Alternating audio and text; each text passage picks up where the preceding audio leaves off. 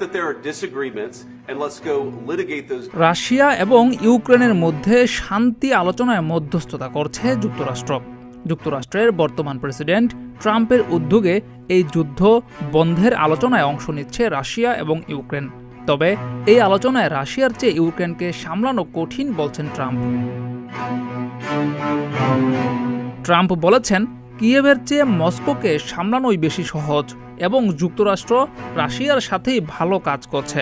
এর আগে ট্রাম্প বলেছিলেন, ইউক্রেনের সাথে একটি যুদ্ধবিরতি চুক্তিতে পৌঁছানোর আগ পর্যন্ত রাশিয়ার উপর বড় ধরনের নিষেধাজ্ঞা এবং শুল্ক আরোপের বিষয়টি শক্তভাবে বিবেচনা করছেন তিনি।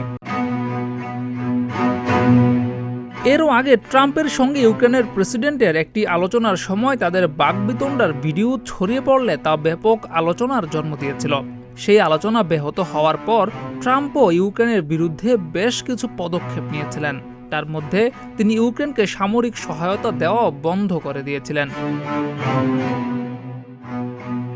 যুদ্ধ বন্ধের এই আলোচনা নিয়ে ট্রাম্প বলেছেন, রাশিয়া এই যুদ্ধের অবসান চায়, কিন্তু ইউক্রেন কি চায় সেটা বলতে পারছি না।